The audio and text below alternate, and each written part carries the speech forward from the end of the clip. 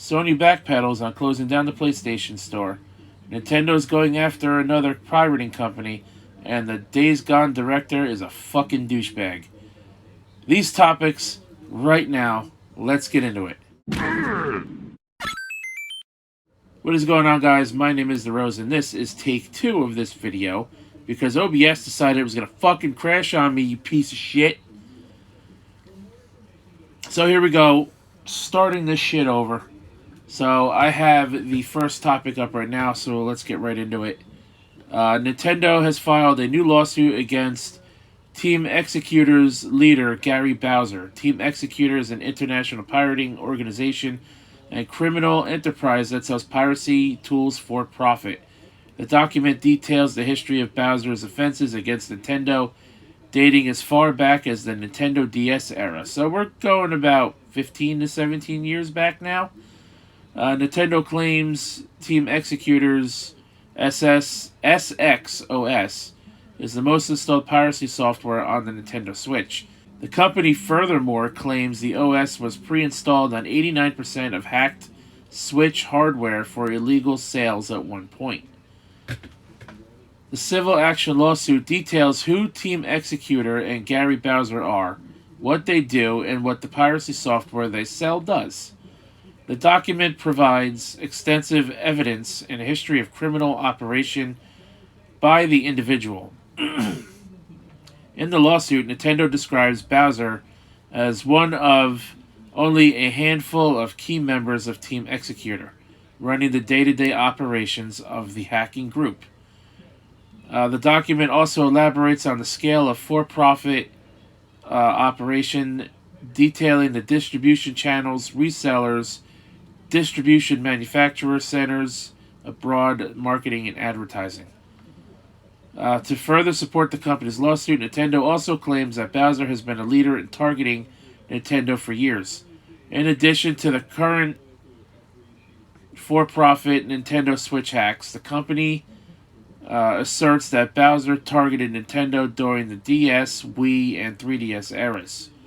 Furthermore, Nintendo states the individual has a history with law enforcement regarding hacking. Bowser was charged in Canada back in 2008 for his operation involving pirated Nintendo software and modded hardware.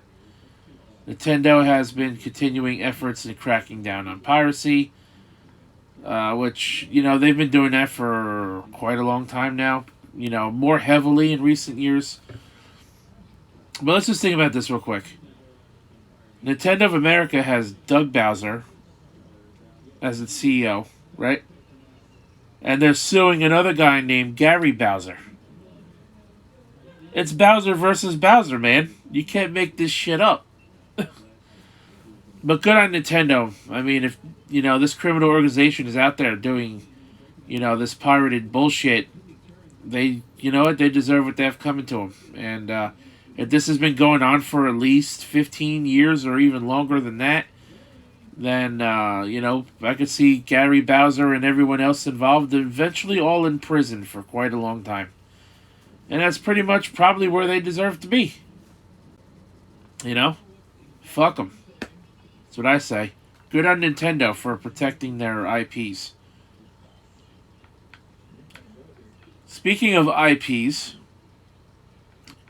the director of Days Gone is a fucking douchebag. Because he is being a bitch right now because people are enjoying Days Gone during either a price cut on the PlayStation Store or because it's a PS Plus game for the month of April. Days Gone director John Garvin has responded to the unraveling story about Days Gone 2. So there's been a rumor about a sequel to this game going on. And boy, oh boy, did this guy go off. The writer and creative director of Days Gone took to David Gaff's podcast. Don't know who that is. Don't watch the podcast. Don't really care. To state that players shouldn't complain if a game doesn't get a sequel. And that's a direct quote. If they didn't buy it at fucking full price. So this guy's been so pissed that he even had to drop an F-bomb. These are direct quotes that I'm reading to you. I do have an opinion on something that your audience may find of interest, and it might piss some of them off. Garvin said on the podcast, if you love a game, buy it at fucking full price. I can't tell you how many times I've seen gamers say, yeah, I got that on sale. I got it through PS Plus, whatever. Again, these are all direct quotes coming from this guy something Gaff's podcast. I already forgot his name. I'm just saying, you don't know if you like a game until you've played it. But don't complain if a game doesn't get a sequel, if it wasn't worth supporting at launch. Okay, so before I continue this, let me get into the fact that Garvin pointed out, that you don't know if you like a game until you play it, right? Okay, so if a game comes out and you don't know if you're going to like it, why would you buy it at full price at the risk of not liking the game when you can rent it from somewhere like GameFly, which is pretty much the only place left to rent video games from these days?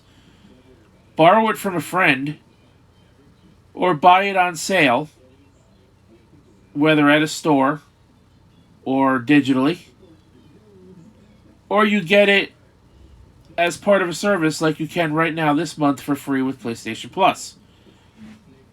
That's fucking stupid. Okay?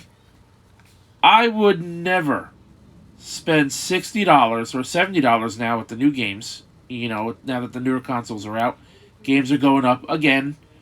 I would never spend full price on a game I already don't know I'm not going to like.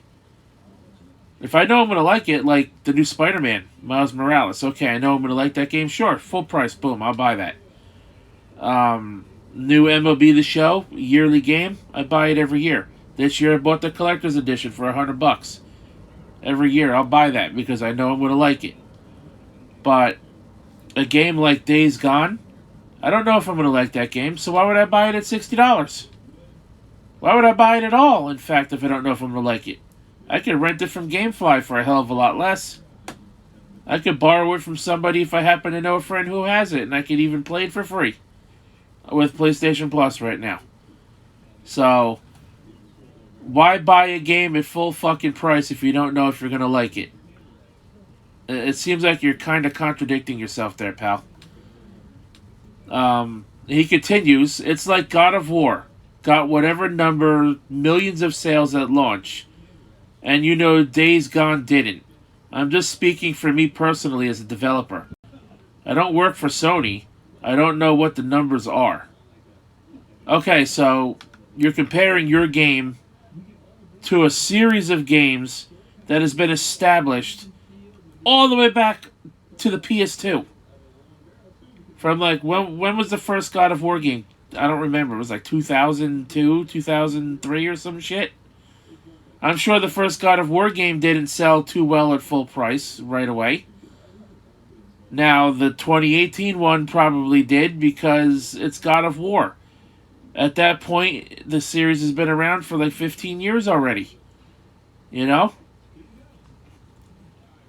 comparing your game to a series that's been well established for quite a while. Your game and God of War are completely different games. They do not play the same at all. To me, it sounds like you're fucking butthurt because your game didn't sell as well as you expected it to. Here's more quotes. This guy's got quotes up the ass. I could tell you what, that when we... Let me start that over. I could tell you that when we were doing Siphon Filter, Dark Mirror on the PSP, we got so fucked on Dark Mirror because piracy was a thing and Sony wasn't really caught up on what piracy was doing to sales. Garvin went on to explain. Okay, but piracy is a problem not just with your company, not just with your game, It's a problem with everybody. It's a problem in the music industry. It's been a problem in the movies industry, in the entertainment industry, TV, movies, anime, whatever. Okay? So you can't just say, we got fucked over because of piracy and Sony really didn't do much about it. I mean, okay, Sony didn't do too much about it because they didn't really understand what was going on, quite as easily as somebody else out there would have. But I don't know. And he continues to say, and we would show them torrents. A torrent site had 200,000 copies of Dark Mirror being downloaded, if I remember it right. The numbers could be wrong. But regardless, pissed about it then. I was like, this is money out of my pocket. Well, regarding piracy, that's bullshit. If you want to support developers, and the game companies, and any industry, and anything you like, whether it be a movie industry, like a movie studio, like Marvel, for instance. Why, if you want to support them, why would you pirate their movies? If you like Spider-Man and you like Deadpool and stuff like that, why would you pirate their movies instead of going to see them in theaters and buying the DVDs or the Blu-rays when they come out? Always support your favorite franchises. Do not steal from them. Piracy is illegal. Don't do it.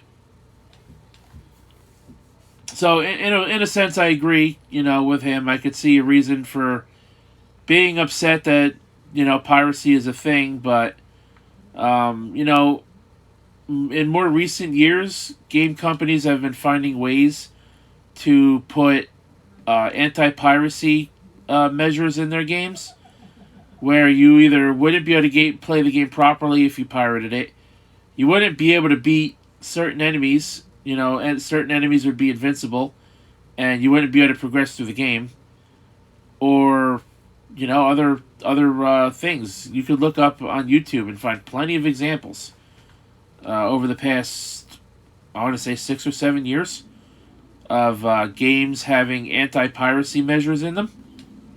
So if you guys are concerned about that, start using it.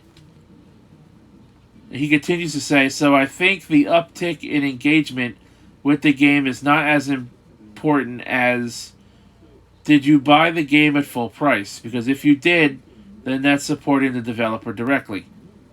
But if you buy it on sale, you're still supporting the developer. Sure, you're not getting as much money from it as if it was on sale as if it was full price. But again, I don't know too many people who buy a game at full price if you don't know you're going to like it. So, apparently Sony Bend pitched Days Gone 2 to Sony, but it never got made because the company wanted to invest in safer, more commercially attractive games. Sony reportedly turned down Days Gone 2 before development began. Days Gone launched to mixed critical acclaim, but seems to have found a soft spot in the heart of the gaming audience at large. So it launched 2019. Yeah. And it's also a game this month again on PS Plus. You can download and play it. I mean, you shouldn't expect a game that, first of all, isn't going to appeal to everybody, being a zombie kind of game. You shouldn't expect your game to appeal to everybody, and you shouldn't expect the people that are unsure if they're going to like it to waste. Well, I wouldn't say waste because you could buy it and end up liking it.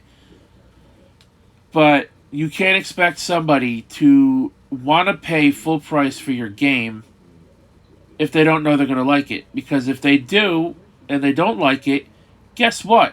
Chances are those people seek refunds. Okay? It has happened multiple times. It's happened on Steam. It's happened with No Man's Sky. Let's bring that one up. You guys remember how No Man's Sky was being touted as this big game. It's going to have this, this, and this, and whatnot. And it didn't have any of those features at launch, and everybody who bought it was anticipating this fucking ginormous, awesome game, and it didn't happen. How many refunds were issued that day and in that week on those platforms? That's what I'm saying. You can't expect people to buy your game at full price. And last but not least, after all the negative backlash PlayStation has received regarding shuttering the PS3, Vita, and PSP stores, it seems the company has backpedaled on doing so. Recently, we notified players the PlayStation stores were closing down. Upon further reflection, however, it is clear that we made the wrong decision here, quoted PlayStation. Today, I'm happy to say that we will be keeping the PlayStation Store operational for PS3 and PS Vita devices. So, well, I guess because the PS Vita can buy PSP games digitally, so yeah. Good news for anyone eager to play older games via legacy hardware. There's one caveat though. PSP commerce functionality will retire on July 2nd, 2021 as planned. PlayStation said when we initially came to the decision to end purchasing support for PS3 and PS Vita, it was born out of a number of factors, including commerce support challenges for older devices and the ability for us to focus more of our resources on newer devices, where a majority of our games are playing on, Jim Ryan said. We see now that many of you are incredibly passionate about being able to continue purchasing classic games on the PS3 and PS Vita for the foreseeable future, so I'm glad we were able to find a solution to continue operations. So honestly, I think it's like damage control, in my opinion. Sony, you guys need to realize people love classic games. It's, you guys have been getting so much backlash over the past month about how you guys don't give a shit about preserving your legacy. You don't give a shit about preserving your older video games. You have what's called now C-bomb in the PS4, and it has also been discovered in the PS5, where when the CMOS battery in the consoles die, you not only will not be able to play your digital purchases on the consoles, you won't be able to play your physical disc purchases on the consoles either. That's bad. Apparently, shuttering the PS3 and Vita stores also was having complications as far as having to re-download, older games from those stores. Those games are also having problems installing the patch updates needed to play them properly. Some patch updates, of course, enable trophy support for some games. And, just bottom line, Sony, you need to preserve your games. You need to preserve your legacy. You guys have been around as PlayStation now for 26 years. There have been so many classic PS1, PS2, PS3, and even PS4, Vita, and PSP games out there. People still want to play them. I go back and play my old games a lot. In fact, you guys know, some of you who look at my channel know that I've been doing some video game hunting videos lately where I've been buying older games because I want to play those games again. Just because newer technology continues to evolve and you guys keep making new consoles doesn't mean I don't want to play those older games again. Maybe I won't play them right away. Maybe in a year from now I want to go back to a PlayStation 1 game. And if you guys do this, and you continue giving people a hard time with preserving your older games and your legacy, unlike Nintendo and even Xbox has been doing a great job doing that, you're shooting yourselves in the foot. PlayStation, I'm glad you realized, at least to some degree, because you're still fucking over the PSP fans, at least you realize to some degree, people want to play your games no matter how old they are. I am one of those people. There are millions of people who will go back to older games whenever they want. Look at YouTube, you'll find millions upon millions of videos showing that very example. With that being said, guys, I got a birthday cake to eat. It is my nephew's birthday, so I'm going to bottom line this video right now. Thanks for watching this one. Check out Derailed episode 162, the podcast self-implosion. It was a pretty fun episode last night. And check out my previous streams of MLB The Show and Rocket League. New Rocket League stream coming as well. And until next time, guys, thanks for watching this video. My name is The Rose, and I'll catch your ass down the road. I want to talk about Miku Expo 2021 for just a moment. The expo will be online for the first time ever, successfully crowdfunded. I want to thank Krypton Future Media for giving me the opportunity to help put on the expo. It's going to be a great time. There will be activities and, of course, the concert. We are throwing the biggest digital bash this internet has ever seen, and the best part is, it is free. Comments and stuff.